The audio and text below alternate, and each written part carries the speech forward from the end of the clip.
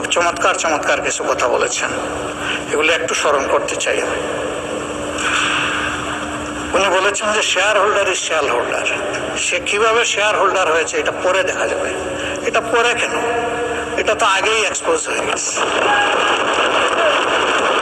সারা দুনিয়া জানে, উনি জানেন না। ওনার মতো একজন বিজ্ঞ মানুষ, আমি এটা বিশ্বাস করি না।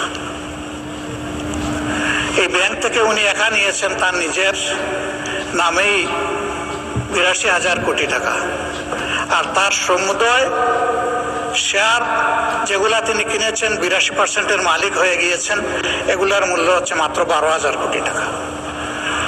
অর্থাৎ তিনি কইর তেল দিয়ে শুধু কই বাঁচেন নাই, কইও বাঁচছেন, শোল মাছও বাঁচছেন, এবং সবগুলা ব্যাংক থেকে ডাকাতি করা টাকা।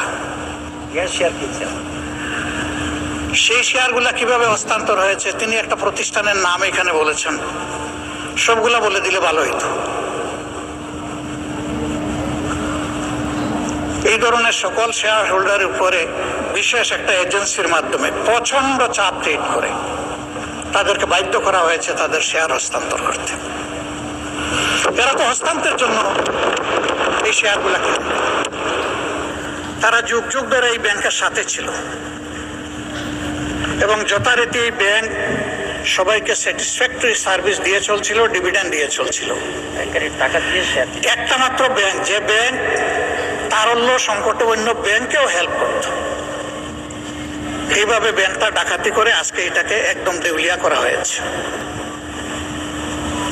এটা করেছে ফ্যাসিস্ট সরকার। উনি কর্মচারীদের নিয়োগের ব্যাপারে কথা বলেছেন। ১০,০০০ কর্মচারীকে নিয়োগ দেওয়া হয়েছে, সামান্য কোনো নিয়ম নীতি মানা হয়নি, পত্রিকায় একটা বিজ্ঞপ্তি দেওয়া হয়নি। এই ব্যাংকের সমস্ত অতীত ট্রেডিশন ব্যাক করে কোনো পরীক্ষা ছাড়াই তাদেরকে নিয়োগ দেওয়া হয়েছে। একটা কাগজে কেউ না কেউ সই করে দিয়েছে, এইটাই তার নিয়োগ লেটার। মাননীয় বিরোধী দলের নেতা, আপনি ভালোই বলছেন, কিছু কিছুটা অস্পষ্টতা আমার কাছে মনে হয় যে তিনি বলতে কাকে আপনি মিন করছেন, আর যে আমলে এভাবে নিয়োগে বৈষম্য করা হয়েছে, অবৈধভাবে নিয়োগ দেওয়া হয়েছে, সেটা কি ফ্যাসিস্ট আমলে নাকি ইন্টারিম সরকারের আমলে? এটা ক্লিয়ার করে বললে সবাই উপকৃত হবে। জি জি, এটা ফ্যাসিস্ট আমলে, কিন্তু সালাউদ্দিন সাহেব একটা অংশ এনেছেন আর একটা অংশ আনেন নাই। সরকার পরিবর্তন হওয়ার পরে ৫ আগস্টের পরে আমরা যতটুকু জানতে পেরেছি যে তাদের সকলকে আবার পরীক্ষায় আসার জন্য ইনভাইট করা হয়েছিল যে আসেন, বিনা পরীক্ষায় আপনারা চাকরি নিয়েছেন, মিনিমাম